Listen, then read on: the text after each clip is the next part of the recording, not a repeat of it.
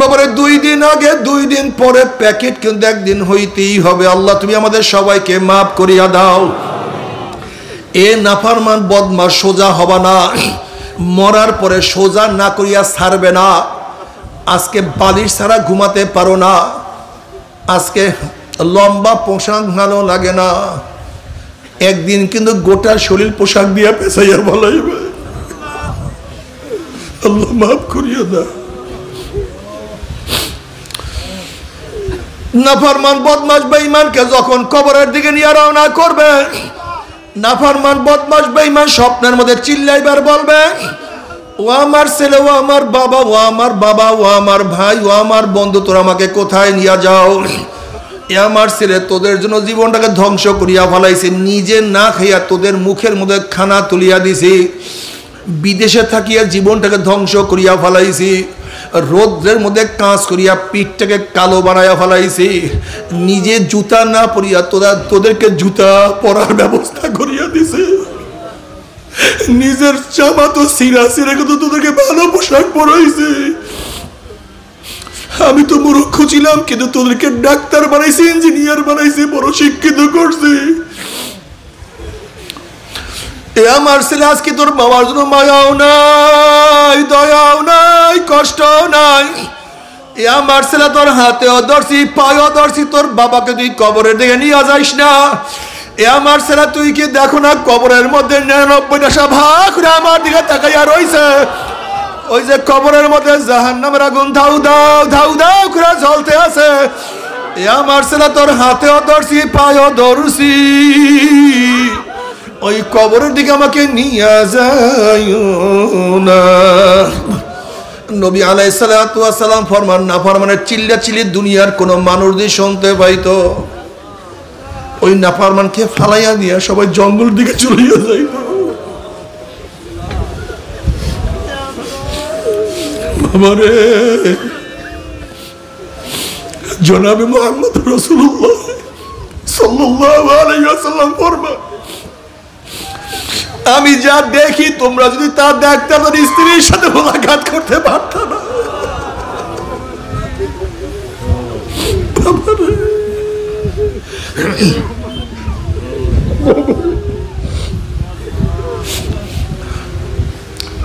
আমার নবীর কথা যারা বিশ্বাস করো তারা মানো,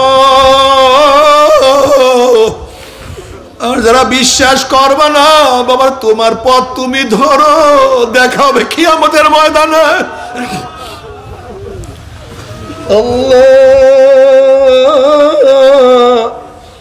বাবারে কি বলবো, জনাব মুহাম্মদ রাসূলুল্লাহ সাল্লাল্লাহু আলাইহি ওয়াসাল্লাম একদিন কতগুলি যুবকের নিকট থেকে রওনা করছেন। দেখেন যুবকরা হাসি তামাশার মধ্যে লিপ্ত। নবী আলাইহিস সালাতু ওয়াস সালাম বলেন, হে যুবকরা, নিশ্চয়ই তোমরা কবরের কথা ভুলিয়া গেছো। তুমি কি জানো কবর প্রতিদিন ডাক দিয়ে কি বলে? কবর প্রতিদিন ডাকবে গোটা দুনিয়ার মানুষ, আনা বাইতুল ওয়াহদা, আনা বাইতুল যুলমা, আনা বাইতুল ওয়াহশা, আনা বাইতুদ দুন। এ গোটা দুনিয়ার মানুষ আমি একাকির ঘর, খবরদার মাওলাকে সাথে না নিয়ে কেউ আমার কাছে আসিও না। আনা বাইতুল যুলমা, আমি অন্ধকারের ঘর, খবরদার বাতির ব্যবস্থা না করিয়া কেউ আমার কাছে আসিও না। আনা বাইতুল ওয়াহশা, আনা বাইতুদ দুন, আমি পোকা মাকড়ের ঘর, আমি সাপ বিচ্ছুর ঘর। আল্লাহ আল্লাহ তুমি আমাদের সবাইকে মাফ করিয়া দাও। বাবারে তোমার মধ্যে আমার মধ্যে ইমানে এত দুর্বল, এর জন্য মনে কোনো তাসির হয় না।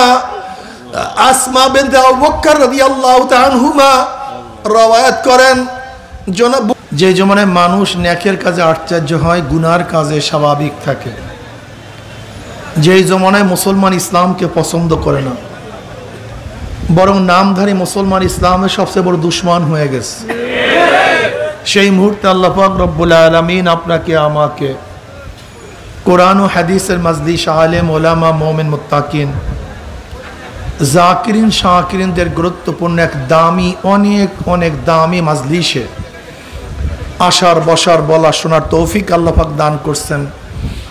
এর জন্য শুকরিয়া তান সবাই বলে আলহামদুলিল্লাহ। এই মাজলিস অনেক গুরুত্বপূর্ণ, অনেক দামি। আমাদের শায়খ মুর্শিদ নওয়ারাল্লাহু মারকাদাহুরা বলতেন, বাবা কোনো ব্যক্তি হক্কানি উলামায়ে কেরামের বয়ান শোনার জন্য যদি বাড়ি থেকে রওনা করে, বয়ান শেষে আখির মোনাজাত দিয়ে বাড়িতে চলে যায়, তার আমল নামায় 50 লক্ষ নেকের কাম লিখাই হতে পারে না। আল্লাহু দাইফু লিমান ইয়াশা, আল্লাহ পাক রব্বুল আলামিন ইচ্ছা করলে 50 লক্ষ কেন 50 কোটি নেক দিয়ে দিতে পারেন। নেক দেওয়ার মালিককে কাজী মাওলার কাছে দোয়া করি, মাওলা হে, যেহেতু মাহফিল নিয়েই আসছেন, আমাদের খালি আমল নামাকে নেকের দ্বারা পূর্ণ না করিয়া কাউকে এখান থেকে বিদায় দিয়েন না। আল্লাহুম্মা আমিন। দীর্ঘদিন পর্যন্ত বিভিন্ন কায়দায় আপনাদের দাঁড়ে দাঁড়ে কানে কানে মাহফিলের দাওয়াত পৌঁছাবার চেষ্টা করা হয়েছে। অনেক লোকের অনেক সুযোগ সুবিধা থাকা সত্ত্বেও তারা মাহফিল আসতে পারে নাই। কতক কপাল পরা চার দোকান আড্ডার মধ্যে লিপ্ত, কেউ টেলিভিশনের ড্যান্স দেখার মধ্যে মত্ত, কেউ জুয়ার আসরে, কেউ বেহুদা গল্প গুজবের মধ্যে। কপাল পোড়ার মাহফিলে আসতে পয়সাও খরচ হয় না, কষ্টও লাগে না, তা সত্ত্বেও কপাল পোড়া মাহফিলে আসতে পারে নাই। আবার মাহফিলের মধ্যে খোঁজ করে দেখবেন কিছু আল্লাহ পাকের বান্দা বহু দূর দূরান্ত থেকে বহুত কষ্ট গেলে স্বীকার করে,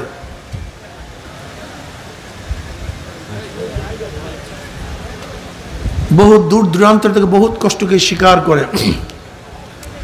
দোকানের মধ্যে তালাবদ্ধ করে, ব্যবসার মধ্যে লাথি মেরে, দুনিয়ার সমস্ত ঝামেলাকে পদদলিত করে মাহফিলে হাজির হয়ে গেছে। ওই ব্যক্তি এত কাছে থাকা সত্ত্বেও মাহফিলে ঢুকতে পারে নাই। আপনি এত দূরে থেকে আসছেন কিভাবে? একদিনও চিন্তা করছেন? যদি আল্লাহ পাক রব্বুল আলামিন তৌফিক না দিতেন, তাহলে আপনি এবং আমিও কিন্তু মাহফিলে আসতে পারতাম না। যে মাওলাই কারীম আপনাকে আমাকে ওই সমস্ত গাফেলদের অন্তর্ভুক্ত না করে মুমিন মুত্তাকিন জাকিরিন শাকিরিনদের গুরুত্বপূর্ণ এক দামি মাজলিসে আসার বসার বলার শোনার তৌফিক দান করছেন, আমরা বেজান না খুশি? সবাই খুশি। যারা খুশি হয়েছি তারা সবাই বলে আলহামদুলিল্লাহ। আওয়াজ তো জোরে দেওয়ার জন্য বলিনি, বলছি খুশি যারা হয়েছি। তার মানে খুশির আওয়াজ আসতে হয় না, খুশির আওয়াজ জোরেই হয়, বলার দরকার নাই তো, এমনিতেই, ঠিক না? এই মাজলিস অনেক গুরুত্বপূর্ণ, অনেক দামি। সংক্ষিপ্ত সময় আলোচনা করব, খুব খেয়ালের সাথে কথাগুলি শোনা চাই। যদি শরিয়াত সম্মত হয়, যৌক্তিক হয়, তাহলে অবশ্যই গ্রহণ করব। আর যদি শরিয়াতের খেলাফ উল্টা পাল্টা হয়, অবশ্যই প্রত্যাখ্যান করব, গ্রহণ করব না, ঠিক না? দেখেন, আমি এখানে আসছি শোনাবার জন্য, মানাবার জন্য আসি নেই। লাস্তা আলাইহিম বিমুসাইতির, আমার কাজ শোনানো, মানানো আমার দায়িত্ব না। কে মানবেন কে মানবেন না এটা আমার দেখারও বিষয় না। মনে চাইলে মানেন, মনে না চাইলে ভাগেন, বিচার করবেন কে? দেখেন, নবী নূহ আলাইহিস সালাতু ওয়াস সালাম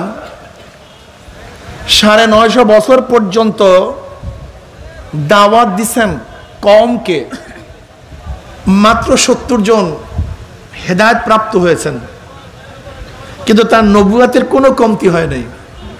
কি কথা বলেন না কেন? তার রিসালাতের কোনো কমতি হয় নাই। ইখলাসের সাথে দাওয়াত দেওয়া আমাদের দায়িত্ব, হেদায়েত দেওয়া আমাদের দায়িত্ব না। হেদায়েত দেওয়ার মালিক কে? ইন্নাকা লা তাহদি মান আহবাবতা ওয়ালাকিন্নাল্লাহা ইয়াহদি মান ইয়াশা। যাকে আল্লাহ পাক হেদায়েত দিবেন সে হেদায়েত পাবেন, যাকে আল্লাহ পাক হেদায়েত দিবেন না সে হেদায়েত পাবে না। কি কথা ঠিক না? আমি যে আয়াত শরীফ তেলাওয়াত করছি, আসলে জনাব মুহাম্মদ রাসূলুল্লাহ সাল্লাল্লাহু আলাইহি ওয়াসাল্লামের আগমনের উদ্দেশ্যটা কি? লিউযহিরাহু আলাদ-দীনি কুল্লি, লিউযহিরাহু আলাদ-দীনি কুল্লি, তার দিন সমস্ত দিনের উপরে বিজয় অর্জন করবে, প্রতিষ্ঠিত হবে। জনাব মুহাম্মদ রাসূলুল্লাহ সাল্লাল্লাহু আলাইহি ওয়াসাল্লাম কে, তিনি কেন আসছেন? বিশ্বাস করেন, আমার ধারণা অধিকাংশ মানুষ আমার নবীর পরিচয় জানে না, বিশ্বাস হয় না। এমনকি অনেক আলেমদের খেয়াল নাই আমার নবীর আগমনের উদ্দেশ্যটা কি, অনেক আলেমদের খেয়াল নেই, অনেক মুসলমানদের জানা নাই। এমনকি নবী আলাইহিস সালাতু ওয়াস কেন এসেছেন অনেক বিষয় আমার মুসলমান বন্ধুরা অস্বীকার করে, বিশ্বাস হয় না। দেখবেন এদের শের যারা আওয়ামী লীগ করে, বিএনপি, জাতীয় পার্টি, জাসদ, বাসদ, এদের 92% মুসলমান। কত পার্সেন্ট? যেহেতু 92% মুসলমান, 7 বা 8% বিধর্মী, তা যারা দল করে তারা এই পার্সেন্টেজে হবে, ঠিক না? এরা সবাই মুসলমান, অধিকাংশ মুসলমান, কিন্তু এদের ধারণা কি? জনাব মুহাম্মদ রাসূলুল্লাহ সাল্লাল্লাহু আলাইহি ওয়াসাল্লাম দুনিয়াতে আসছেন মাটির নিচের জন্য, জান্নাত এবং জাহান্নামের সুসংবাদ এবং ভয় প্রদর্শন করার জন্য। মাটির উপরের কোনো সমাধান দেওয়ার জন্য নবী দুনিয়াতে আসেনি নাই। হ্যাঁ, নাউজুবিল্লাহ। দেখেন, কথা শোনেন, আউজুবিল্লাহ নাউজুবিল্লাহ, দেখেন বাস্তবতা আছে কি নাই। এদেশের যারা মুসলমান বিভিন্ন দল করে, তারা দুনিয়ার সমস্যা সমাধানের জন্য কার কাছে গেছে? সক্রেটিসের কাছে। যে এই সমাজের, এই দেশের, এই রাষ্ট্রের এই সমস্যার সমাধান কে দিতে পারে? সক্রেটিস। না, কেউ বলছে প্লেটোর কাছে, সে সমাধান দিতে পারে। কেউ বলছে না, অ্যারিস্টটল এই সমস্যার সমাধান দিতে পারে। কেউ বলছেন না, মৌসুতুন এই সমস্যার সমাধান দিতে পারে। কেউ বলছেন না, আব্রাহাম লিঙ্কন এই সমস্যার সমাধান দিতে পারে। কেউ বলছেন না, লক এই সমস্যার সমাধান দিতে পারে। কেউ বলে না, রুশো, কেউ বলে মন্টেস্কো। কিন্তু মদিনাওয়ালা জনাব মুহাম্মদ রাসূলুল্লাহ সাল্লাল্লাহু আলাইহি ওয়াসাল্লাম এই সমস্যার সমাধান দিতে পারে, এটা ভুলেই গেছে। শুধু ভুলেই যায় নাই, বরং তার ধারণাই নাই যে আমার নবীর কাছে সমাধান আছে। যদি কেউ এই কথা বলে নবীর কাছে সমাধান আছে, কাল দামুল্লাহ সারা মৌলবী, তুমি কি জানো, তুমি কি বুঝো, তোমার এই সমস্ত জ্ঞান আছে নাকি? কি রাগটা করছেন নাকি? বিশ্বাস হয় না? যদি তাই না হইতো, যারা সেকুলারিজম করেন, ধর্মনিরপেক্ষবাদ, এটাকে আমার নবীর দেয়া? যারা ডেমোক্রেসি করেন, গণতন্ত্রবাদ, এটাকে আমার নবীর দেয়া? যারা কমিউনিজম করেন, সমাজতন্ত্রবাদ, এটাকে আমার নবীর দেয়া? যারা ক্যাপিটালিজম, অর্থনীতি এবং পুঁজিবাদী যারা করতে চান, এটাকে আমার নবীর দেয়া? তাহলে ডেমোক্রেসি আমার নবীন না, সমাজতন্ত্র আমার নবীন না, সোশ্যালিজম আমার নবীন না, ক্যাপিটালিজম আমার নবীন না, সেকুলারিজম আমার নবীন না। অথচ আপনি নবীকে এত প্যার, নবীকে এত মহব্বত করেন, ভালোবাসেন, তাহলে আপনি নবীর আদর্শ বাস্তবায়ন না করে এই বড় বড় বেঈমানদের আদর্শ বাস্তবায়ন করেন কেন? কারণ আপনার মাথায় কি ঢুকছে? আপনার মাথায় কি ঢুকছে? কি ঢুকছে? না না না, শয়তান ঢুকে নাই। ঢুকছে যে এর সমাধান দেওয়ার ক্ষমতা আমার নবী রাখে না, বিধায়ী যেহেতু সমস্যা আছে, সমাধানের প্রয়োজন, তা কোথায় যেতে হবে? কেউ চলে গেছে আমেরিকায়, কেউ গেছে ইংল্যান্ডে, কেউ গেছে রোমে, কেউ গেছে রাশিয়ায়, কেউ গেছে চীনে। আমার নবী ফাঁকা, তার কাছে আমরা যাইনি। একদল আসি কি নাই? আবার ওলামায়ে কেরাম আমরা যারা আসি, পীর বুজুর্গ যারা আসি, এরা চিন্তা করছি আমাদের কাজ হলো ধর্ম নিয়ে, আর রাষ্ট্র নিয়ে আমার কোনো টেনশনই নাই। আমাদের বয়ান, আমাদের আলোচনা, আমাদের কথাবাকথন সব মৌয়াদ, কবর, কিয়ামত, মিজান, পুলসিরাত, জান্নাত, জাহান্নাম। এই বিধবার খাদ্যের ব্যবস্থা কি করবে?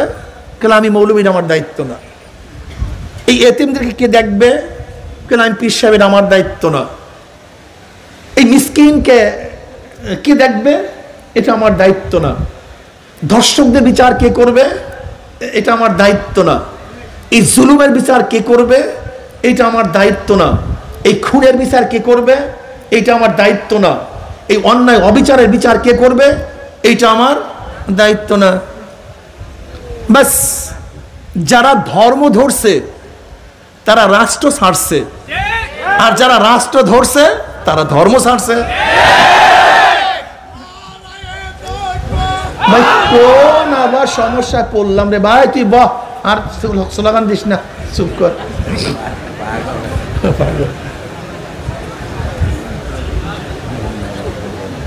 প্লিজ আমার দিকে খেয়ালটার দিকে দিন। দুই ভাগে ভাগ হয়ে গেছে। যারা ধর্ম ধরছি, জোরে বলেন, শুধু শাড়িই তো নাই, শুধু শাড়িই নাই, এমনকি আমাদের ওলামায়ে কেরাম আমরা যারা ধর্ম ধরছি, আমি ভুলেই গেছি যে এইখানে আমি জন্মগ্রহণ করছি, এই রাষ্ট্রের মালিক আমি, আমার একটা দায়িত্ব আছে, এটা ভুলেই গেছি। বিশ্বাস হয় না? আল্লাহ, কি যে অবস্থা! দেখবেন আলেম, একজন ওলামা, একজন পীর সাহেব, আমরা যারা আছি, আমাদের চিন্তা কি? আমাদের চিন্তা হলো রাষ্ট্রের পক্ষে কথা বলবে কে? আনু। রাষ্ট্রের পক্ষে কথা বলবে কে? রাশেদ খান মেলন। রাষ্ট্রের পক্ষে কথা বলবে কে? শাহরিয়ার। রাষ্ট্রের পক্ষে কথা বলবে কে? কবির চৌধুরী। রাষ্ট্রের পক্ষে কথা বলবে কে? ওই বড় বড় মুচ্চা এবং লুচ্চা। রাষ্ট্রের পক্ষে কথা বলবে কে? বড় ধর্ষক। রাষ্ট্রের পক্ষে কথা বলবে কে? মদ খেয়ে টাল হয়ে পড়ে আছে, বড় বড় গুন্ডা, খুনি। এরা রাষ্ট্রের পক্ষে কথা বলবে। আমি যে ধর্ম ধরছি, আমি তো, এটা তো আমার কাজ না। অথচ ওলামায়ে কেরাম খুব ভালো মতো বুঝবেন, এখানে আপনি জন্মগ্রহণ করেছেন, এই টুপি কিনছি, এর মধ্যে আমার ভ্যাট ট্যাক্স আছে। জামা কিনছি, এর মধ্যে ভ্যাট ট্যাক্স। লঙ্গি, এই যে ঘড়িটা কিনছি, এর মধ্যে যে পানি পান করেন, এই যে ফ্যান ঘুরে, আর রিক্সাওয়ালা যে পেট্রোল মালে, যে স্পোক কিনে, যে টায়ার কিনে, যে সিটের মধ্যে বসে, রিক্সাওয়ালা যে চাউল ক্রয় করে, যে ডাল ক্রয় করে, যে পানি ক্রয় করে, যেখানে থাকে, আমি যেখানে বসবাস করি, আমার মসজিদের মধ্যে ভ্যাট ট্যাক্স আছে, আমার মাদ্রাসার মধ্যে আছে, আমার ঘরের মধ্যে আছে, সব জায়গায় আমার ভ্যাট ট্যাক্স আছে। কাজী রাষ্ট্রের মালিক আমি। সরকার দলের হয়, রাষ্ট্র সবার হয়। সরকার, রাষ্ট্র, রাষ্ট্রের মালিক। অথচ আমার পকেটে কেউ হাত দিলে আমি প্রতিহত করি, আমার ঘরে কেউ চোর ঢুকলে বাধা দেয়, আমার ঘর যদি কেউ ক্ষতিগ্রস্ত করে আমি মোকাবেলা করি। অথচ এটার মালিক আমি, এখানে চোর ঢুকলে তার বাধা দিতে হবে, সে ভুলেই গেছি। আমি চিন্তাই করি না, আমি এখানে জন্মই নেই। আজীব মানুষ, কোন গ্রহের লোক? এরা ভিন্ন গ্রহের লোক, এরা এই গ্রহেরই লোক না। শুধু কি তাই, যদি রাষ্ট্র লুটপাট হয়ে যায়, আমাদের মাদ্রাসার তোলাবাদের দায়িত্ব কি? এটা আমার দায়িত্ব না। কার দায়িত্ব? স্কুলের ছাত্রদের। এই দায়িত্ব কার? কলেজের ছাত্রদের। এই দায়িত্ব কার? ইউনিভার্সিটির ছাত্রদের। তাই তুমি কি? তুমি কোথায় জন্মগ্রহণ করেছো? তোমার মাটি কোনটা? তোমার রাষ্ট্র কোনটা? তোমার দেশ কি? তুমি পাগল টাগল হয়ে গেছো নাকি? তোমার মাথার মধ্যে ঘিলু আছে নাকি? এই রাষ্ট্র আমার, এখানে আমার জন্ম, আমার বাবার জন্ম, আমার দাদার জন্ম, 14 গোষ্ঠীর জন্ম এখানে। এটার মালিক আমি, কাজে দায় দায়িত্ব আমার, এর সাজাবার দায় দায়িত্ব আমার, রক্ষণের দায় দায়িত্ব আমার, একে সুন্দর করার দায় দায়িত্ব আমার, চুরি থেকে মুক্তি করার দায় দায়িত্ব আমার, এখানে ক্ষতি না হয়, সবাই ভালো মতো চলতে পারি, সাম্য, মানবিক মর্যাদা, সামাজিক ন্যায় বিচার প্রতিষ্ঠিত হয়, এ দায় দায়িত্ব আমার। কিন্তু ধর্ম ধরছি, ভুলে গেছি, এর মধ্যে ধর্ম ধরছি, রাষ্ট্র ধরছি। এখানে আওয়ামী লীগ, বিএনপি, জাতীয় পার্টি, জাসদ, মাসুদ, আমার বাবারা আছেন, যুবক বাবারা আছেন, ও আমার বাবা। তুমি খুব ভালো মতো বুঝো, তোমার নেতা, তোমার নেত্রী, তোমার ম্যানিফেস্টো, তোমার পরিচিতির মধ্যে, নীতিমালার মধ্যে তোমার নেতা নেত্রীর মুখের থেকে কি আওয়াজ এবং এই বয়ান কোনোদিন শুনছো? এই বয়ান শুনছো যে তুমি এই কাজ করো, তোমার মৌবত ইমানের সাথে হবে? কি কাউন্সিলর সাহেব আপনার নেতার থেকে শুনছেন এই কাজ করো, মৌয়াদ ইমানের সাথে হবে? এই কাজ করো, কবরে আযাব হবে না? এই কাজ করো, কিয়ামতের ময়দানে আরশে নিচে জায়গা পাবা? এই কাজ করো, আমলনামা ডাইন হাতে পড়বে? এই কাজ করো, নেকের পাল্লা ওজন হবে? এই কাজ করো, নবী আলাইহিস সালাতু হাত মোবারক হাউজে কাউসার পানি পান করবা? এই কাজ করো, পুলসরাত পানি দিয়ে মাওলার জান্নাতে চলে যাবা? এরকম বয়ান শুনছেন? সারাদিন উন্নয়ন, উন্নয়ন, রাষ্ট্র, রাষ্ট্র, রাষ্ট্র, রাষ্ট্র, আখেরাত, তোর আখেরাত ফারাক, ধর্ম টর্ম তো বাদ। অথচ আমি বিশ্বাস করি, আমি মুসলমান মুমিন হিসেবে বিশ্বাস করি এই জিন্দেগি আমার শেষ না। এই জিন্দেগির শুরু আছে, শেষ আছে, কিন্তু আখিরাতের জিন্দেগির শুরু আছে আর কোনোদিন শেষ নাই। যেই নেতা, যেই নেত্রী, যেই দল আমাকে সেই আখিরাতের জিন্দেগি সম্পর্কে আলোচনা করে না, সেটা মুসলমানদের দল না, মুসলমানের নেতা না। শোনো শোনো, এটা মুসলমানের নেতা না। আমার যুবক বাবা, আমার ছাত্র বাবা, আমার মুরব্বী বাবারা, দেখো খুব ভালো মতো বুঝো, দুনিয়াতে খেলেও মারা যাব, না খেলেও মারা যাব। দুনিয়াতে শান্তিতে থাকলেও মারা যাব, অশান্তিতে থাকলেও মারা যাব। তুমি কি দেখো নাই যে ঔষধ বানাইছে সেও মারা গেছে, যেই ডাক্তার প্রেসক্রিপশন করছে সেও মারা গেছে, যেই দোকানদার ঔষধ বিক্রি করছে সেও মারা গেছে, যেই রোগী ঔষধ সেবন করছে সেও মারা গেছে, যেই জজ সাহেব ফাঁসির রায় লিখছে সেও নাই, যেই জল্লাদ ফাঁসি কার্যকারী করছে সেও নাই, যাকে কার্যকারী করছে সেও নাই, বাদশাও নাই, ফকিরও নাই। আমার ছোট ভাইও দুনিয়ার থেকে বিদায় হয়ে গেছে, বাবাও চলে গেছে, দাদাও নাই, মাকেও হারায় ফেলাইছে, সাথীও দুনিয়ার থেকে বিদায় হয়ে গেছে, আমিও বিদায়ের পথে। কিন্তু কোথায় যাচ্ছি? কোথায় যাচ্ছি? কি করছি? কেন করছি? একদিন চিন্তা করছো? শুধু দুনিয়া, আমোদ প্রমোদ ফুর্তি। একটা হাদিস শোনায়া দেই, ভালো মতো বুঝবো, মনে রাখো। হাদিস কা ছোট্ট হাদিস, ছোট্ট একটা হাদিস। কিয়ামতের ময়দানে চির এক সুখী দুনিয়ার মধ্যে শুধু সুখ আর সুখ, দুঃখ কি জিনিস কোনোদিন দেখে নাই, শুধু শান্তি আর শান্তি, শান্তি আর শান্তি, সুখ আর সুখ। দুঃখ কি জিনিস দেখে নাই, কিন্তু কপাল পোড়া জাহান্নামী হয়ে যাবে, জাহান্নামী হয়ে যাবে। আল্লাহ পাক বলবেন, ওকে জাহান্নামে ফালায়ও না, শুধু জাহান্নামের একটু তাপ লাগাও, একটু দেখাও ও ঠিকানা কই। এরপর তাপ লাগাবার পরে, একটু জাহান্নাম দেখার পরে তাকে প্রশ্ন করা হবে, তুমি দুনিয়াতে কি পরিমাণ সুখ করছো, কত শান্তি করছো? ওই ব্যক্তি আল্লাহর কসম, আল্লাহ তোমার জাতে পাকের কসম খেয়ে বলতেছে, দুনিয়ার মধ্যে আমি 1 সেকেন্ডের জন্য সুখ করি নাই, 1 সেকেন্ডের জন্য না, 1 সেকেন্ডের জন্য না। আখিরাতের কষ্ট এত মারাত্মক, জাহান্নামের আযাব এত মারাত্মক, 1 সেকেন্ডের মধ্যে সমস্ত সুখের কথা ভুলিয়া যাবে, 1 সেকেন্ডের মধ্যে। আর এক চির দুঃখী, দুনিয়াতে সুখ কি জিনিস কোনোদিন দেখে নাই। আল্লাহ পাক তাকে জান্নাতি বানায় দেবেন। আল্লাহ পাক বলবে জান্নাত দেখাও, একটু জান্নাতের ঘ্রাণ দেখাও। যখন জান্নাত দেখবে এক ঝলক, তার ঠিকানা দেখবে, জান্নাতের একটু শান্তির আভা তার গায়ে লাগবে। এবার আল্লাহ পাক প্রশ্ন করবেন তুমি দুনিয়ার মধ্যে কি কষ্ট করছো, কত কষ্ট করছো? তখন এই ব্যক্তি বলে আল্লাহ তোমার জাতে পাকের কসম খেয়ে বলতেছি দুনিয়ার মধ্যে আমি এক সেকেন্ডের জন্য কোনোদিন কষ্ট করি নাই, এক সেকেন্ডের জন্য না। দুনিয়াতে দুনিয়ার সুখ সুখ না, দুনিয়ার দুঃখ দুঃখ না, আখিরাতের সুখ সুখ, আখিরাতের কষ্ট কষ্ট। আমার যুবক বাবা, ও মুরব্বী, ও আমার পর্দালা মা বোনেরা, কোন চেহারায় আমার নবীর সামনে দাঁড়াবা?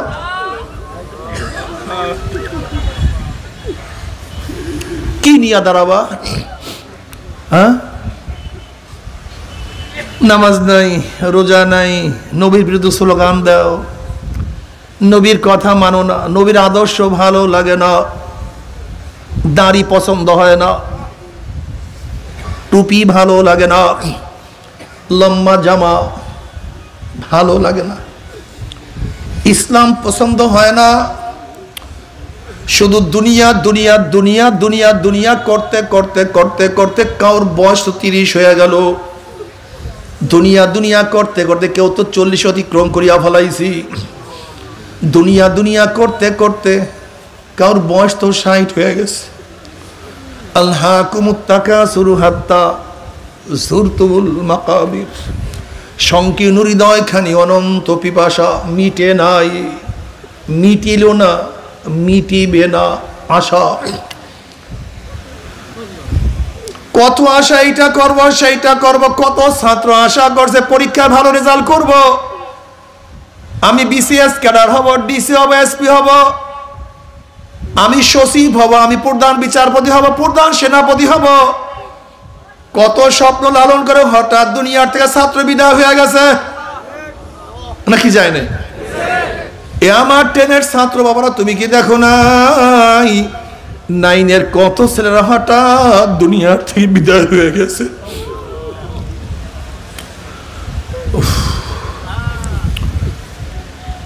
বাবারা তুমি কি দেখো না কত মানুষ বিল্ডিং করবে, তাড়াতাড়ি বিল্ডিং করো। আমি ফেনীতে গেলাম এক মাহফিলে, এক মাদ্রাসায় উঠলাম, আমাকে ওস্তাদরা বলছে হুজুর এই মাদ্রাসার মারাত্মক একটা কাহিনী আছে। আমি বললাম কি কাহিনী বলেন? কল হুজুর এক ব্যক্তি তাড়াহুড়া করতে আছে, মাদ্রাসা বানাবে, বিল্ডিং করবে, মাদ্রাসা বানাবে, বিল্ডিং করবে, তাড়াহুড়া করতে আছে, বিল্ডিং কমপ্লিট করার পরে সে উঠবে, শুধু কাজ আর কাজ, কাজ আর কাজ আর করতেছে। মনে হয় তার মনের মধ্যে কি আসছে জানি না, জলদি করো, কমপ্লিট করো, কমপ্লিট করো। কিন্তু হুজুর যখন বিল্ডিং কমপ্লিট হয়ে গেছে, উঠবে তার আগের দিন ব্যক্তি দুনিয়ার থেকে বিদায় হয়ে গেছে।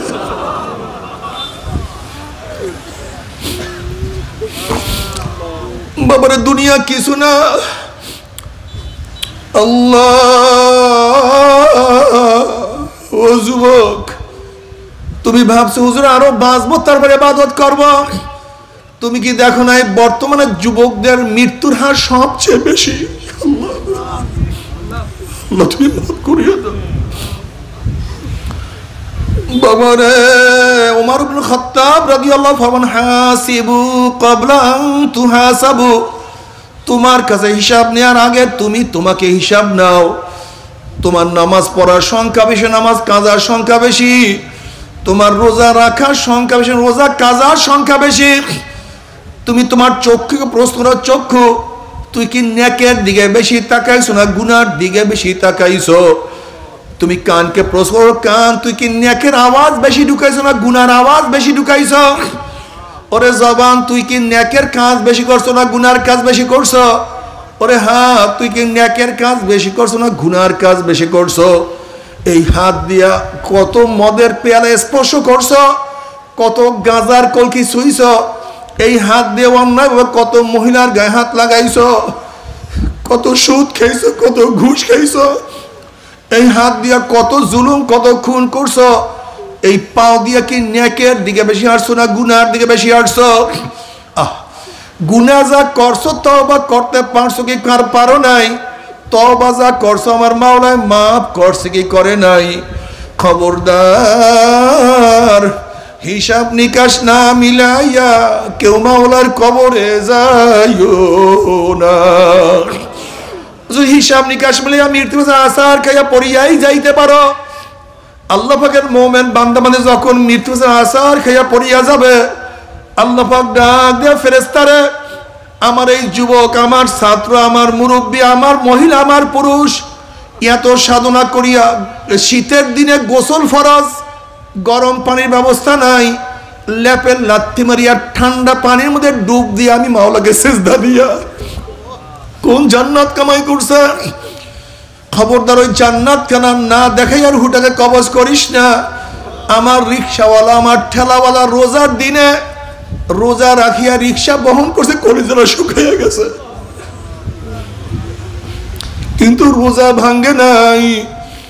এত সাধনা করে কোন জান্নাত কামাই করছে? দেখ, আমার যুবক দাড়ি রাখি স্কুলে গেছে, কলেজে গেছে, সাথীরা দাড়ি ধরিয়া কত টানা হেসরা করছে, ওস্তাদরা কত টিটকারি ফাইজলামি করছে। যুবক দাড়ি রাখার স্ত্রী ঘরে চলিয়া গেছে, এরপরও দাড়ির মধ্যে পোষ লাগায় নাই। এত সাধনা করিয়া কোন জান্নাত কামাই করছে?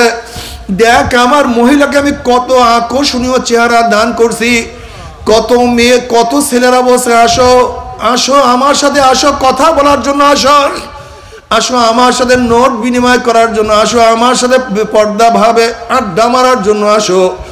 মেয়ে বসে ইন্নি আখাফুল, আমি মাওলাকে ভয় করি। ছেলেও বসে আমি মাওলাকে ভয় করে, আমি তোমার কাছে যাব না। এত সাধনা করে কোন জান্নাত কামাই করছে? দেখ, এত বড় ধনী, টাকার কোনো অভাব নাই, সিঙ্গাপুর, থাইল্যান্ড, আমেরিকায় গিয়া গুনাহ করতে পারত, কিন্তু আমি মাওলার ভয় একটা গুনার কাজের কাছেও যায় নাই। এত সাধনা করিয়া কোন জান্নাত কামাই করছে? দেখ, এত গরিব, উঠতেও এত গরিব, প্রতিদিন আছে, প্রতিদিন খাইছে, এরপরে এক লোকমা হারাম তার পেটের মধ্যে ঢুকায় নাই।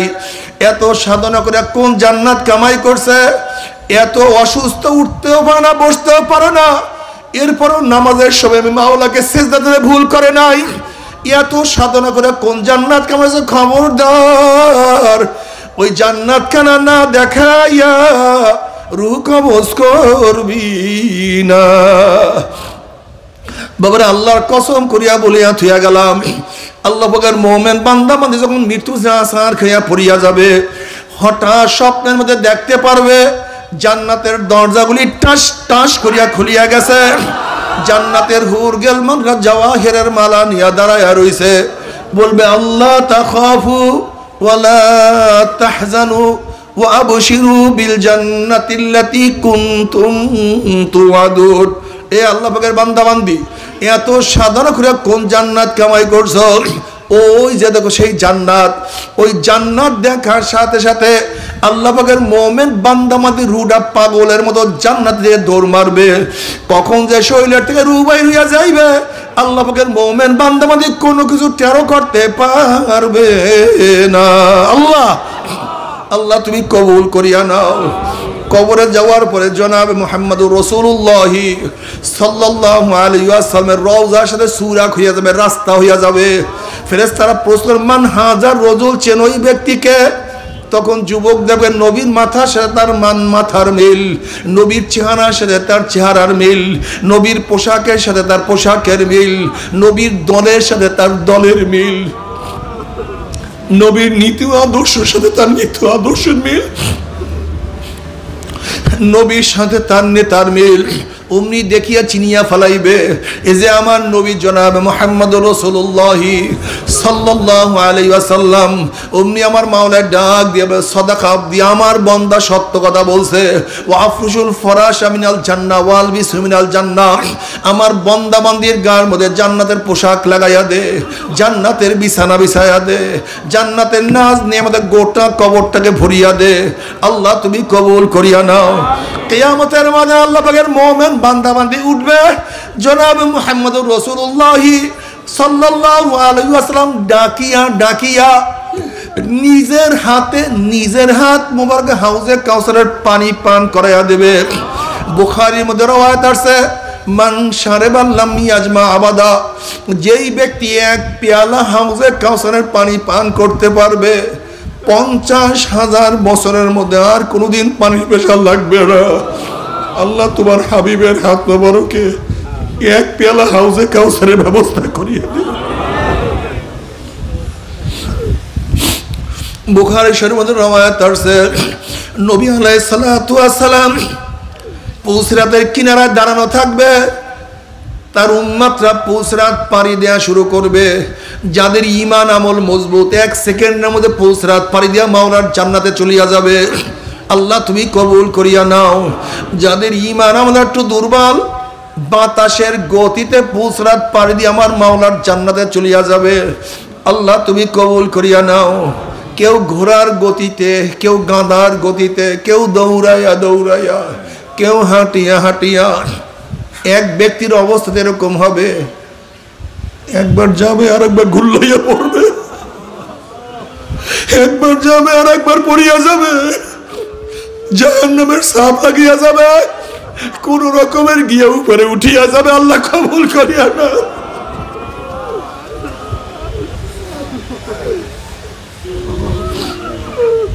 ও যুবক বাবারা, কোরআন বিশ্বাস করো। ওয়াইন মিনকুম ইল্লা ওয়ারিদুহা কানা আলা রাব্বিকা হাতমান মাকদিয়া সুম্মা নুনাজ্জিল লাযিনা তাকাউ ওয়া নাযারু যালিমিনা ফিহা জিসিয়া। প্রত্যেককেই পুসরাত পাড়ি দিতেই হবে। যাদের মধ্যে তাকওয়া আছে তারা পুসরাত পাড়ি দিয়ে মাওলার জান্নাতে চলিয়া যাবে। আর যাদের মধ্যে তাকওয়া নাই, উব্বুর হইয়া কায়ত হইয়া ঘুম করে জাহান্নামের মধ্যে পড়িয়া যাবে। আল্লাহ তুমি মাফ করিয়া দাও। আল্লাহ তুমি সবাইকে ক্ষমা করিয়া দাও। এ বড় লোকের দলেরা, এ আমার শিক্ষিত বাবারা, বিভিন্ন মতের আমার পথের বাবারা, ও আমার বেপরদা মা বোনেরা, আমার কাজ শুনে গেলাম মানবা না মানে তুমি বুঝবার, তোমার মাওলাই বুঝবে। কিন্তু খবরদার চিন্তা ভাবনা না করিয়া কেউ মাওলার কবরে শুইও না, মাওলার কবরে যাইও না, মৃত্যুর বিছানায় শুইও না। নাফরমান বদমাশ বেঈমান যখন মৃত্যুর বিছানায় হাসার খেয়া পড়িয়া যাবে, আল্লাহ পাক ডাক দিয়ে ফেরেশতারা এই নাফরমান নামাজ কাজা করিয়া রোজা সারিয়া দিয়া দুনিয়ার ক্ষমতার পিছনে ঘুরিয়া হালাল হারাম তমিজ না করিয়া গান বাজনা ড্যান্সের মধ্যে লিপ্ত হইয়া বেপরদা সিনার মধ্যে মত্ত হইয়া কোন জাহান্নাম কামাই করছে, খবরদার ওই জাহান্নাম খানা না দেখাইয়া রুহটাকে কবজ করিস না। আল্লাহর কসম করিয়া বলিয়া তুইয়া গেলাম, নাফরমান বদমাশ বেঈমান হঠাৎ স্বপ্নের মধ্যে দেখতে পারবে জাহান্নামের দরজা ওই টাস টাস করিয়া খুলিয়া গেছে, জাহান্নামের আগুন দাউ দাউ দাউ দাউ ধাউ দাউ করে জ্বলতে আছে। আজরাইলের মাথা আসমানে, পাওতার জমিনে, এক হাত মাসিগার এক হাত মাগরিবে, নীল রঙের দিঘির মতো বড় বড় দুইটা চক্ষু, গোটা দুনিয়া বরাবর বিশাল একটা শরীর, সমস্ত শরীরের মধ্যে লম্বা লম্বা কালো কালো পশম, আবার সমস্ত পশমের গোড়া দিয়া শুধু আগুনের ঝিলকি বাইর হইতে আছে। বাবারে বিপদ দেখলে মানুষের হুঁশ থাকে না। তুমি কি দেখো না ঢাকা 22 তলা বিল্ডিং এ যখন আগুন লাগছে, মানুষ বাঁচার জন্য 22 তলার উপর থেকে লাফ দিছে, হুঁশ নাই। বিপদ দেখলে মানুষের হুঁশ থাকে না। নাফরমান বদমাশ বেঈমান যখন জাহান্নাম দেখবে, আজরাইলের বিকার সুরাত দেখবে, রুহটা থরথর থরথর করে কাঁপতে থাকবে, 360টা মোকামে রুহুটা দৌড়াদৌড়ি করতে থাকবে, রুহু বাইর হইতে চাইবে না। আজরাইল আলাইহিস সালাতু ওয়াস সালাম গোসায় রুহুটার পরে এমন জোরে থাবা মারবে, থাবার চলে কলিজার রগগুলি সিরিয়া সিরিয়া নিয়ে যাইবে। এই দুনিয়াতে তোমাকে আমাকে আর কেউ রাখতে পারবে না।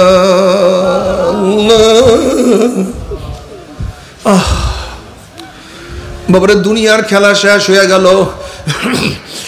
গাড়ি গাড়ির জায়গায় ঠিকই আছে, বাড়ি মারি জায়গায় অবস্থান করতে আছে, জায়গা জমির কোনো অভাব নাই, ব্যাংকের মধ্যে প্রচুর টাকাও মজুদ আছে। কিন্তু যেরকম বিদেশে মাল পাঠাবার জন্য মালকে প্যাকেট করা হয়, ঠিক তদ্রূপ তোমাকে আমাকে চিরদিনের জন্য কবরে পাঠাবার জন্য তিনটা কাপড় দিয়ে প্যাকেট করা শুরু হয়ে যাবে। বাবারে 2 দিন আগে 2 দিন পরে প্যাকেট কিন্তু একদিন হইতেই হবে। আল্লাহ তুমি আমাদের সবাইকে মাফ করিয়া দাও। এ নাফরমান বদমাশ সোজা হবা না, মরার পরে সোজা না করিয়া ছাড়বে না। আজকে বালিশ ছাড়া ঘুমাতে পারো না, আজকে লম্বা পোশাক ভালো লাগে না, একদিন কিন্তু গোটা শরীর পোশাক দিয়া পেছাইয়া বলাইবে। আল্লাহ মাফ করিয়া দাও। নাফরমান বদমাশ বেঈমানকে যখন কবরের দিকে নিয়ে রওনা করবে, নাফরমান বদমাশ বেঈমান স্বপ্নের মধ্যে চিল্লাইবার বলবে, ও আমার ছেলে, ও আমার বাবা, ও আমার বাবা, ও আমার ভাই, ও আমার বন্ধু, তোরা আমাকে কোথায় নিয়ে যাও? এ আমার ছেলে তোদের জন্য জীবনটাকে ধ্বংস করিয়া ফেলাইছে, নিজে না খাইয়া তোদের মুখের মধ্যে খানা তুলিয়া দিছি, বিদেশে থাকিয়া জীবনটাকে ধ্বংস করিয়া ফেলাইছি, রোদ্রের মধ্যে কাজ করিয়া পিঠটাকে কালো বানাইয়া ফেলাইছি, নিজে জুতা না পরিয়া তোদেরকে জুতা পরার ব্যবস্থা করিয়া দিছে, নিজের জামা তো সিরা কিন্তু তোদেরকে ভালো পোশাক পরাইছে। আমি তো মূর্খ ছিলাম, কিন্তু তোদেরকে ডাক্তার বানাইছি, ইঞ্জিনিয়ার বানাইছি, বড় শিক্ষিত করছি। এ আমার ছেলে, আজকে তোর বাবার জন্য মায়াও নাই, দয়াও নাই, কষ্টও নাই। এ আমার ছেলে, তোর হাতেও ধরছি, পায়েও ধরছি, তোর বাবাকে তুই কবরের দিকে নিয়ে যাইস না। এ আমার ছেলে, তুই কি দেখো না কবরের মধ্যে 99টা ভাগ করে আমার দিকে তাকাইয়া রইছে। ওই যে কবরের মধ্যে জাহান্নামের আগুন ধাউ দাও ধাউ দাও করে জ্বলতে আছে। এ আমার ছেলে, তোর হাতেও ধরছি, পায়েও ধরছি, ওই কবরের দিকে আমাকে নিয়ে যাইও না। নবী আলাইহিস সালাতু ওয়াস সালাম ফরমান, নাফরমানের চিল্লাচিল্লি দুনিয়ার কোন মানুষ যদি শুনতে পাইতো, ওই নাফরমানকে ফালাইয়া দিয়া সবাই জঙ্গল দিকে চলিয়া যাইত। বাবারে, জনাবে মুহাম্মদ রাসূলুল্লাহ সাল্লাল্লাহু আলাইহি ওয়াসাল্লাম ফরমান, আমি যা দেখি তোমরা যদি তা দেখতে, তোর স্ত্রীর সাথে মোলাকাত করতে পারত না।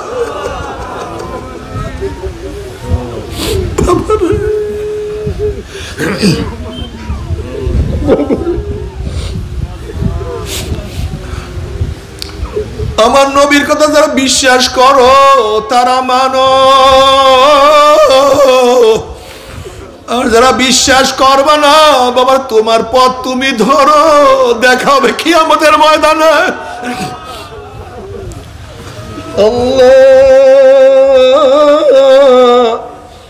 বাবারে কি বলবো, জনাব মুহাম্মদ রাসূলুল্লাহ সাল্লাল্লাহু আলাইহি ওয়াসাল্লাম একদিন কতগুলি যুবকের নিকট থেকে রওনা করছেন। দেখেন যুবকরা হাসি তামাশার মধ্যে লিপ্ত। নবী আলাইহিস সালাতু ওয়াস সালাম বলেন, হে যুবকরা, নিশ্চয়ই তোমরা কবরের কথা ভুলিয়া গেছো। তুমি কি জানো কবর প্রতিদিন ডাক দিয়ে কি বলে? কবর প্রতিদিন ডাকবে গোটা দুনিয়ার মানুষ, আনা বাইতুল ওয়াহদা, আনা বাইতুল যুলমা, আনা বাইতুল ওয়াহশা, আনা বাইতুদ দুর। এ গোটা দুনিয়ার মানুষ, আমি একাকির ঘর, খবরদার মাওলাকে সাথে না নিয়ে কেউ আমার কাছে আসিও না। আনা বাইতুল যুলমা, আমি অন্ধকারের ঘর, খবরদার বাতির ব্যবস্থা না করিয়া কেউ আমার কাছে আসিও না। আনা বাইতুল ওয়াহশা, আনা বাইতুদ দুর, আমি পোকা মাকড়ের ঘর, আমি সাপ বিচ্ছুর ঘর। আল্লাহ আল্লাহ তুই আমাদের সবাইকে মাফ করিয়া দাও। বাবারে, তোমার মধ্যে আমার মধ্যে ইমান এত দুর্বল, এর জন্য মনে কোনো তাসির হয় না। আসমা বিনতে আবু বকর রাদিয়াল্লাহু তাআলা আনহুমা রওয়ায়াত করেন, জনাব বুখারীর মধ্যে রওয়ায়াত আছে, জনাবে মুহাম্মদ রাসূলুল্লাহ সাল্লাল্লাহু আলাইহি ওয়াসাল্লাম খুতবা দেওয়ার জন্য দাঁড়াইছেন। যখন তিনি কবরের আযাবের বয়ান করা শুরু করলেন, দাজ্জাল মুসলিমুনা দাজ্জাতান, মুসলমানদের মধ্যে এমন হায়বা চিল্লাচিল্লি শুরু হয়ে গেছে। নাসাইয়ের মধ্যে ব্যাখ্যা আছে, রাবি বলেন এত চিল্লাচিল্লি কান্নাকাটির শব্দ। নবী আলাইহিস সালাতু ওয়াস সালাম কি বয়ান করতেছিলেন আমি শুনতে পাইতেছিলাম না। যখন নসিহত করা শেষ, কাছের এক ব্যক্তিকে আমি প্রশ্ন করলাম, আমার নবী কি বলছেন? কারণ নবী আলাইহিস সালাতু ওয়াস সালাম বলছেন কবরের মধ্যে অচিরি দাজ্জালের ফিতনার মধ্যে ফিতনার সম্মুখীন হইতে হবে। এই বয়ান শোনার সাথে সাথে সাহাবাদের মধ্যে চিল্লি কান্নাকাটি আওয়াজ। বাবারে কি বলবো। ওসমান গনি রাদিয়াল্লাহু তাআলা আনহু, যিনি আমার নবীর পবিত্র জবান মোবারকে বারবার জান্নাতের সুসংবাদ পাইছেন, এই ওসমান রাদিয়াল্লাহু তাআলা কবর দেখলে এমন ভাবে কাঁদতেন, দাড়ি মোবারক ভিজিয়া পানি পড়তো। সাথীরা প্রশ্ন করে, হযরত আপনি কবর দেখলে এত বেশি কেন কান্নাকাটি করেন? তিনি জবাব দিলেন, হে আমার সাথীরা, আখিরাতের যতগুলি ঘাঁটি আছে এর মধ্যে প্রথম ঘাঁটি হলো কবর। এই কবর যার সাথে ভালো ব্যবহার করবে, আশা করা যায় তার সাথে পরবর্তী ঘাঁটিগুলি ভালোই ব্যবহার হবে। আর কবর যদি কার সাথে খারাপ ব্যবহার শুরু করিয়া দেয়, আর তো উপায় হবে না। আল্লাহ তুমি মাফ করিয়ে দাও। বাবারে আল্লাহ ওয়ালারা কানতে মাওলার কবরে চলিয়া গেছে। আমার আব্বাজান রহমাতুল্লাহ আলাইহি যখন বারডেম হসপিটালে ছিলেন, চিকিৎসা অবস্থায় ছিলেন, আমি আব্বাজানের সাথে দেখা করার জন্য একদিন রুমের মধ্যে ঢুকলাম। তার কাছে আর কেউ ছিল না। ঢোকার পরে আব্বাজান আমার হাত কারা খপ করে ধইরা বলে, ফয়েজ, মাওলা কি আমাকে মাফ করবেনি?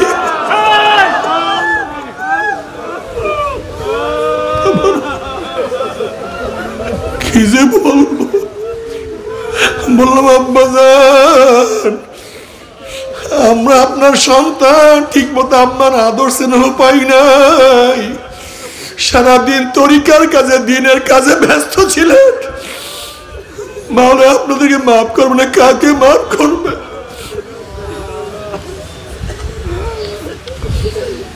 মামারে কি বলবো। আল্লাহ। থানবী রহমাতুল্লাহ আলাইহি একদিন জজবার হালাতে বলেন, মাওলা তোমাকে মাফ করিয়া জান্নাতুল লোকের জুতাও বানায়া দেয়, আমার খুশ নসিব। যদি জান্নাতুল লোকের জুতাও আমাকে বানায়া দেয়, আমার খুশ নসিব। আচ্ছা, আমাদের অবস্থাটা কি? রশিদ আহমদ গঙ্গুই রহমাতুল্লাহ আলাইহি, যিনি ফকিহুন নফস, লক্ষ লক্ষ মুহাদ্দিসের তিনি উস্তাদ, দেওবন্দের মুরব্বী, যাকে কুতুবুল আলম বলা হয়। এই রশিদ আহমদ গঙ্গুই রহমাতুল্লাহ আলাইহি অন্ধ হয়ে গেছিলেন। ডাক্তার পরামর্শ দিয়েছে অপারেশন করার জন্য। রশিদ আহমদ গঙ্গুই রহমাতুল্লাহ আলাইহি বলতে আছেন, আমি অপারেশন যদি করি আমার নামাজ কাজা হইয়া যাবে। আর যেই অপারেশন আমার নামাজ কাজা হইয়া যাবে এরকম চোখের আমার কোনো দরকার নাই। শাগরেদরা অনেক খোঁজাখুঁজি করার পরে একজন ডাক্তার পাইছে যে হুজুর ফজরের পর অপারেশন করাবে, জোহরের নামাজ আপনি পড়তে পারবেন, নামাজ কাজা হবে না। তখন রশিদ আহমদ গঙ্গুই রহমাতুল্লাহ আলাইহি বলেন, হে আমার সাথীরা, কিয়ামতের ময়দানে নবী আলাইহিস সালাতু ওয়াস সালাম বলেন, কিয়ামতের ময়দানে আল্লাহ অন্ধের কাছে কোনো প্রশ্ন করবে না। যদি আমি অন্ধ হইয়া কিয়ামতের ময়দানে উঠতে পারি, আমাকে মাওলা প্রশ্ন করবে না। বাবারে, আসলে তোমার আমার কোনো হুঁশ নাই। हकीकत से तू दुनिया बेखबर है, दुनिया की नुमाइश पर नजर है। শুধু দুনিয়া দুনিয়া দুনিয়া দুনিয়া করতে করতে জীবনটাকে ধ্বংস করিয়া ফেলাইলাম। আল্লাহ না করুক এই অবস্থায় কবরে যায়। জনাব মুহাম্মদ রাসূলুল্লাহ সাল্লাল্লাহু আলাইহি ওয়াসাল্লাম কবরের সাথে যখন সুরাক হয়ে যাবে, রাস্তা হইয়া যাবে, ফেরেশতারা প্রশ্ন মান হাজার রজুল, চেন ওই ব্যক্তিকে? নাফরমান দেখবেন নবীর মাথার সাথে নাফরমানের মাথার মিল নাই, নবীর চেহারার সাথে নাফরমানের চেহারার মিল নাই, নবীর পোশাকের সাথে মিল নাই, নবীর দলের সাথে মিল নাই, নবীর নীতি আদর্শের সাথে মিল নাই, নবীর সাথে অন্য তার কোনো মিল নাই, তখন নাফরমান নবীকে চিনতে পারবে না। নাফরমান বলবে হা হা লাদ্রি, হা হা লাদ্রি, আমি ওনাকে চিনি না, ওনার সাথে আমার কোনো সম্পর্ক নাই। অমনি আমার মাওলা ডাক দিয়ে কাযাবা আদুকুল্লাহ, আমার দুশমন মিথ্যা কথা বলছে, এ কবরের মাটি চাপ দে। অমনি কবরের দুই পাশের মাটি এত জোরে চাপ মারবে, চাপের ছুরি এক পাঁজরের হাঁটি আর এক পাঁজরে লাগাইয়া ফেলাইবে। এ ফেরেশতারা কবরের মধ্যে আগুন ধরাইয়া দে, অমনি কবরটা হুফরাতুম মিন হুফরাইন নার, জাহান্নামের কুয়া হয়ে যাবে। আল্লাহ মাফ করিয়াই দাও। এ সাপ জড়াইয়া ধর, অমনি 99টা সাপ আসিয়া না আমাকে প্যাঁচ মারবে। বাবা সহ্য করতে পারবি? ওই আযাব তো কেউ সহ্য করতে পারবো না। এরপরে কিয়ামতের ময়দান, জনাব মুহাম্মদ রাসূলুল্লাহ সাল্লাল্লাহু আলাইহি ওয়াসাল্লাম যখন ডাকবে, আয় আমার উম্মতরা, আমি তোদেরকে এক পেলা হাউজে কাউসারের পানি পান করাইয়া দেব। তখন সবাই দৌড় মারবে, গেটের মধ্যে ফেরেশতারা একদল মানুষকে আটকাইয়া ফেলাইবে। আল্লাহ আল্লাহ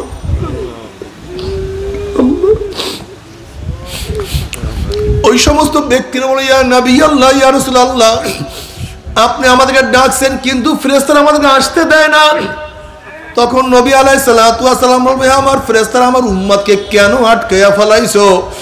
আমার উম্মতকে ছাড়িয়া দাও, আমি এক পেলা হাউজে কাউসারের পানি পান করাইয়া দেব। 50,000 বছরের মধ্যে আর কোনোদিন পানি পেশাল লাগবে না। ওইদিকে পিছনে জাহান্নাম গরিম গরিম আওয়াজ করতে আছে, জাহান্নাম কিয়ামতের ময়দানের দিকে আসতে আছে। আল্লাহ তুমি মাফ করিয়া দাও। পিছনে জাহান্নাম, সামনে গেট বন্ধ হইয়া গেছে। এখন অবস্থা কত সঙ্গীন, কত কঠিন। যেরকম কোন মানুষকে যখন বাঘ তাড়া দেয়, বাঘের থেকে বাঁচার জন্য ব্যক্তি বিল্ডিং এর থেকে দৌড় দিছে, যে বিল্ডিং এর মধ্যে ঢুকতে পারলে আমি বাঘের আক্রমণ থেকে বাঁচিয়া যাব। অনেক জোরে দৌড় মারছে, বাঘ থেকে ধরার জন্য চেষ্টা করতে আসে, সে বাঘের থেকে বাঁচার জন্য চেষ্টা করে।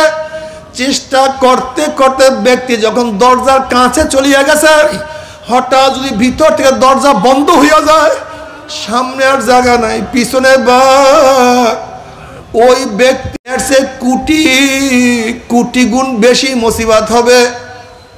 সামনে আর জায়গা নাই, পিছনে জাহান্নাম, ফেরেশতারা ঢুকতে দেয় না। বলবে, ইয়া নবী আল্লাহ, ইয়া রাসূলুল্লাহ, আপনি ডাকছেন, ফেরেশতারা আসতে দেয় না। নবী বলবেন, সারিয়া দাও, আমি এক পেলা হাউজে কাউসারের পানি পান করাইয়া দেব। তখন ফেরেশতারা, ইয়া নবী আল্লাহ, ইয়া রাসূলুল্লাহ, আপনি তো জানেন না, আপনি দুনিয়ার থেকে বিদায় হওয়ার পরে নাফরমান নামাজ পড়তো না, রোজা রাখতো না, আপনার দল পছন্দ করতো না, বরং আপনার দল যারা করতো তাদেরকে কত টিটকারি, কত ফাইজলামি, আপনার নীতি আদর্শ যারা বাস্তবায়ন করার চেষ্টা করতো তাদেরকে কত মারপিট, কত টিটকারি ফাইজলামি করছে। ইয়া নবী আল্লাহ, ইয়া রাসূলুল্লাহ, আপনার নীতি পছন্দ করতো না, আপনার সুন্নাতকেও পছন্দ করতো না, দিনকে পরিবর্তন করিয়া ফেলাইছে। এই কথা শোনার সাথে সাথে আমার নবীর কলিজা মোবারকে দাগ লাগিয়া যাবে, ব্যথা পাবে, কষ্ট পাবে। অমনি আমার নবী বলে, সুকান সুকান সুকান, দূর হ দূর হ দূর হ, তোরা আমার উম্মত না। এ আমার যুবক বাবারা, কলেজের ইউনিভার্সিটির ছাত্র বাবারা, হাই স্কুলের ছাত্র বাবারা, মাদ্রাসার ছাত্র বাবারা, ও আমার মুসলমান বাবা ও মারা, যদি আল্লাহর নবী কিয়ামতের ময়দানে পরিচয় নাই দেয়, উপায়টা কি হবে রে বাবা? কি উপায় হবে? অথচ আমার নবী তোমাকে আমাকে কত মহব্বত করেন। কিয়ামতের ময়দানে সমস্ত নবীরা বলবেন, নাফসি নাফসি নাফসি। ওয়াকুল ইব্রাহিম খলিলুল্লাহ, নাফসি নাফসি। মুসা কালিমুল্লাহ, নাফসি নাফসি। ঈসা রূহুল্লাহ, নাফসি নাফসি। সমস্ত নবীরা তাদের স্ত্রীর কথা ভুলিয়া যাবে, নবীরা তাদের সন্তানের কথা ভুলিয়া যাবে, নবীরা তাদের উম্মতের কথা ভুলিয়া যাবে। আল্লাহ পাক কালামে পাকের মধ্যে ফরমান, ইয়াউমা ইয়াফিরুল মারউ মিন আখিহি ওয়া উম্মিহি ওয়া আবিহি ওয়া সাহিবাতিহি ওয়া বানি, যেই দিন আপন ভাই ভাইয়ের পরিচয় দেবে না, মা ছেলেকে সাহায্য করবে না, ছেলেও মাকে সাহায্য করবে না, বাবা ছেলেকে উপকার করবে না, ছেলেও বাবাকে উপকার করবে না, বন্ধু বান্ধব লাপাত্তা হয়ে যাবে, সবাই নিজেকে নিয়ে ব্যস্ত হয়ে যাবে। সবাই বলবে মাওলা আমাকে বাঁচাও, আমাকে বাঁচাও, আমাকে বাঁচাও। এই মুহূর্তে জনাব মুহাম্মদুর রাসূলুল্লাহ সাল্লাল্লাহু আলাইহি ওয়াসাল্লাম সিজদায় পড়ে বলবে, মাওলা তোমার ইজ্জতের জালালের কসম খেয়ে বলতে আছি, আজকে ওই জাহান্নাম তোমার একটা উম্মত কেউ খাইয়া ফেলায়, আমি কিন্তু তোমার হাবিব জান্নাতের মধ্যে ঢুকবো না। এ কপাল পোড়ার দলেরা, যে আল্লাহর হাবিব কঠিন মুহূর্তেও তোমাকে আমাকে ভুলবে না, সেই আল্লাহর হাবিবের দাড়ির মধ্যে কেমনে পুছলা গাও বাবারে, একটু কি কলিজায় ব্যথা লাগে না? আল্লাহ আল্লাহ তুমি কবুল করিয়া নাও। বাবারে কোন স্ত্রীর প্রেমে পড়িয়া কিয়ামতের মানে স্ত্রী তোমাকে কোনো সাহায্য করবে না, কোন বন্ধুর ধোঁকায় পড়িয়া বন্ধু তোমাকে উপকার করবে না, কোন সমাজের লজ্জায় পড়িয়া সমাজ লাপাত্তা হইয়া যাবে।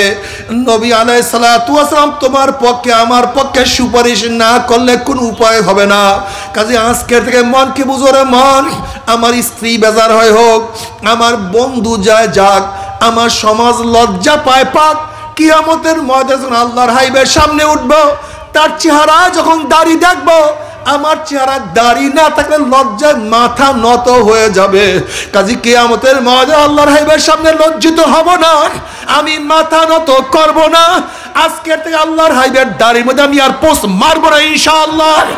কে কে নিয়ত করে নারায়ে তাকবীর, নারায়ে তাকবীর। আল্লাহ তুমি কবুল করিয়া নাও, আল্লাহ তুমি কবুল না করলে উপায় হবে না। নবী আলাইহিস সালাতু ওয়াস সালাম দোয়া কবুল করিয়া আল্লাহ পাক বলবে, যাও জিবরাইল আমার হাবিবের কাছে পানিটুকু নিয়ে দিয়ে আসো। নবী আলাইহিস সালাতু ওয়াস সালাম যখন এই পানি জাহান্নামের গায়ে ছিটা মারবে, জাহান্নাম ক্যাত ক্যাত ক্যাত ক্যাত করে পিছনে সরিয়া যাবে। আল্লাহর হাবিব বলবেন, মাওলা রে, যে জাহান্নামকে লক্ষ লক্ষ ফেরেশতারা ধরিয়া রাখতে পারে না, এ আবার কোন ক্ষুদ্রাতি পানি, কোন আশ্চর্য পানি, যেই পানি মারার সাথে সাথে জাহান্নাম পিছনে সরিয়া গেল। আল্লাহ পাক ডাক দেন, হাবিব গো, এই পানি কোন আশ্চর্য পানি না, কোন ক্ষুদ্রাতি পানি না, এই পানি হলো তোমার গুনাহগার উম্মতের চোখের পানি। বাবারে, তুমি কি জানো চোখের পানির কত দাম? তুমি কি জানো চোখের পানির কত দাম? কিয়ামতের মধ্যে আল্লাহ পাক এক ব্যক্তিকে জাহান্নামের ফয়সালা দিয়ে দিবেন। অমনি চোখের একটা পশম বলবে, মাওলা রে, তোমার নবী সত্য বলছে না মিথ্যা বলছে? আল্লাহ পাক বলবে, আমার নবী যা বলছে সবই সত্য বলছে, মিথ্যা বলার তো প্রশ্নই হইতে পারে না। তখন চোখের পশম বলবে, মাওলা রে, তোমার নবীর ঘোষণা, মান বাকা মিন খাশিয়াতিল্লাহি হারামাল্লাহু তিলকাল আইন আলান নার, যেই চক্ষু তোমার ভয়ে জাহান্নামে কাঁদবে, সেই চোখের উপর তুমি জাহান্নামের আগুন হারাম করিয়া দিবা। এইটা তোমার নবীর ঘোষণা। আমি চোখের পশম সাক্ষী দিতে আছি, তোমার এই বান্দা ওয়াজ নসিহাতে বসিয়া কত কান্না কানছে, জিকিরে বসিয়া কত কান্না কানছে, নামাজের দাঁড়াইয়া কত কান্না কানছে, মুনাজাত ধরিয়া কত বুক ভাসাইছে, এরপরেও তুমি তাকে কিভাবে জাহান্নামের ফয়সালা দিলা? অমনি আমার মাওলা জিবরাইলকে ডাক দে, জিবরাইল, গোটা কিয়ামতের ময়দানে মানুষকে এলান করিয়া দে, জানাইয়া দে, অমুকের ছেলে অমুককে আল্লাহ পাক রব্বুল আলামিন শুধুমাত্র চোখের একটা পশমের সাক্ষীর আমার মাওলা মাফ করিয়া দিছে। আল্লাহ কবুল করিয়া নিও।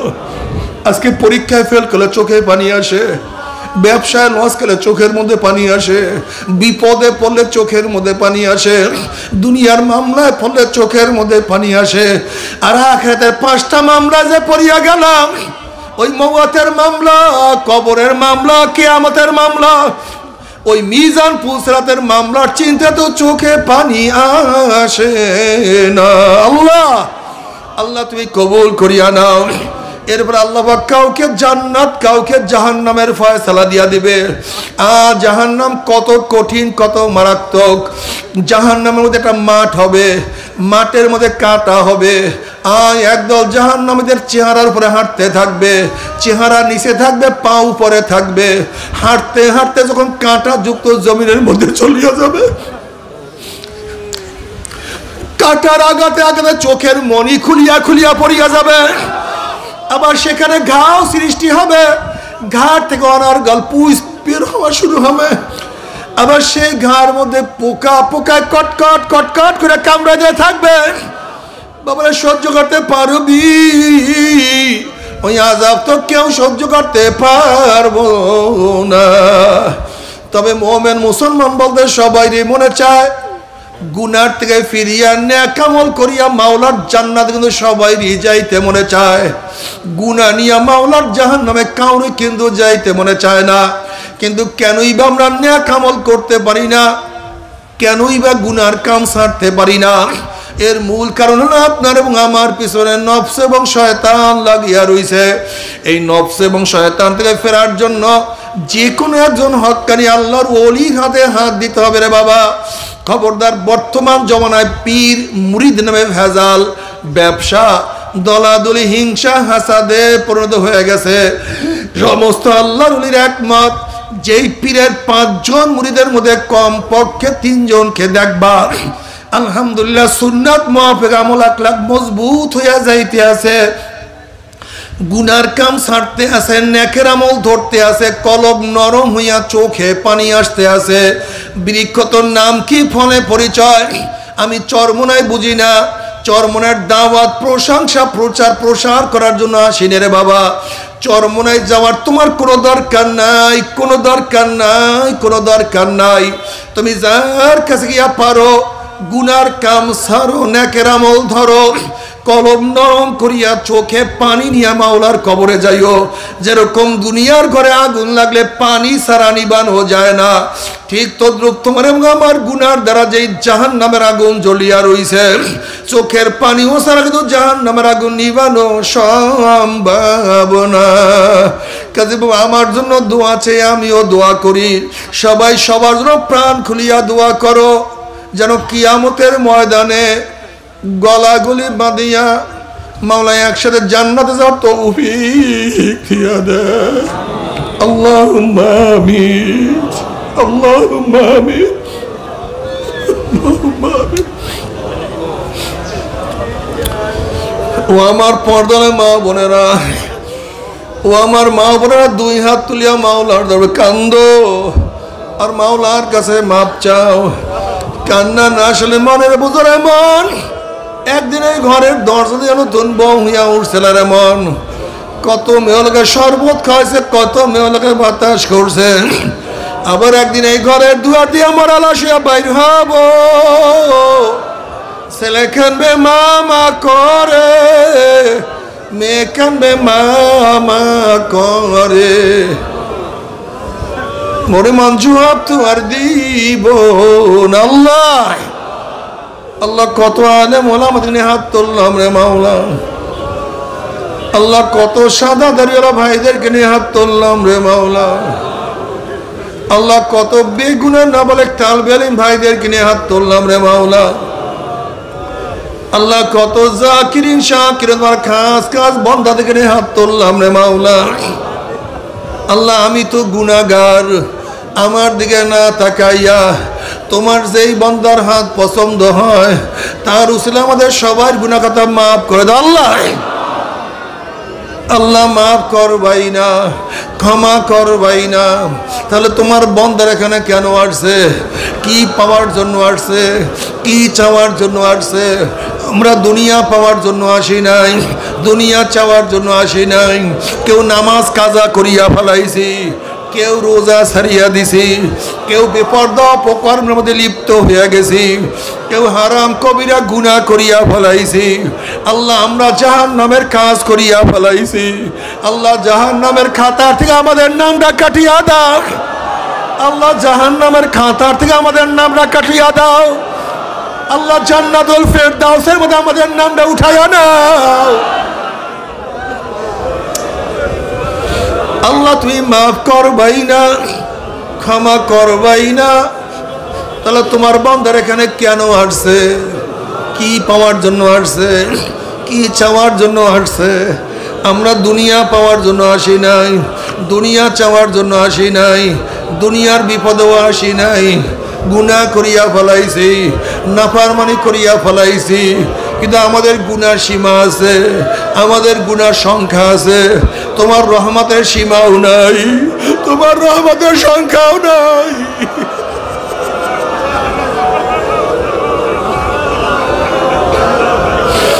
আমাদের গুনার দিকে না তাকাইয়া তোমার রহমতের দিকে তাকাইয়া তুমি আমাদের জিন্দেগীর সমস্ত গুনাহ মাফ করে দাও।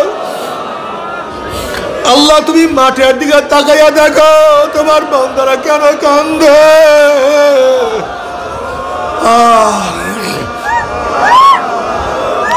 মাফ করিয়া দাও। তুমি মাফ না করলে উপায় হবে না। আল্লাহ সন্তান অন্যায় করে বাবার কাছে মাপ না পেলে মার কাছে মাপ পাওয়ার আশা করে, ভিক্ষুক এক দরজা ভিক্ষা না পাইলে অন্য দরজা ভিক্ষা পাওয়ার আশা করে। আমরা তোমার দুয়ারের ভিক্ষুক, তুমি ধাক্কাইয়া দাও, তারাইয়া দাও। আর তো কোনো দরজা নাই রে মালিক, আর তো কোনো দুয়ার নাই। আল্লাহ আল্লাহ আমার যুবক বাবাদেরকে কবুল করিয়া নাও। আল্লাহ আমার মুরব্বী বাবাদেরকে কবুল করিয়া নাও। আল্লাহ আমার মা বোনদেরকে কবুল করিয়া নাও। আল্লাহ আমরা যারা হাত তুললাম জানি না কার মা নাই, কার বাবা নাই, স্ত্রী নাই, স্বামী নাই, সন্তান নাই, দাদা নাই, দাদু নাই, নানা নাই, নানু নাই, ভাই নাই, বন্ধু নাই, আত্মীয় নাই, স্বজন নাই। আল্লাহ কত মুজাহিদরা আমাদের সাথে ছিল, আজকে সেই মুজাহিদদেরকে আমরা দেখি না। আল্লাহ যত মুমিন মুমিনাত কবরে শুয়ে সবার কবরে আযাবকে মাফ করে দাও। ইয়া আল্লাহ খাস করে আমাদের শাইখ ও মুর্শিদের কবরকে জান্নাতের বাগিচা বানায়া দাও। মা দাদা সহ तमाम দুনিয়ার মাশায়েখদের মাকামকে জান্নাতের মধ্যে বুলন্দ করে দাও। আমাদের আহলা আওলাদ তোমার খাস গোলাম আমাদের কবুল করে নাও। রব্বানা হাব লানা মিন আজওয়াজিনা ওয়া যুররিয়াতিনা কুররাতা আইন ওয়াজআলনা লিল মুত্তাকিনা ইমামা। রব্বিরহামহুমা কামা রাব্বায়ানি সগীরা। ওয়া সাল্লাল্লাহু তাআলা আলা খায়রি খালকি মুহাম্মাদিন ওয়া আলিহি ওয়া আসহাবিহি ওয়া আজওয়াজিহি ওয়া আতবাইহি আজমাইন। আরহামনা মাহুম।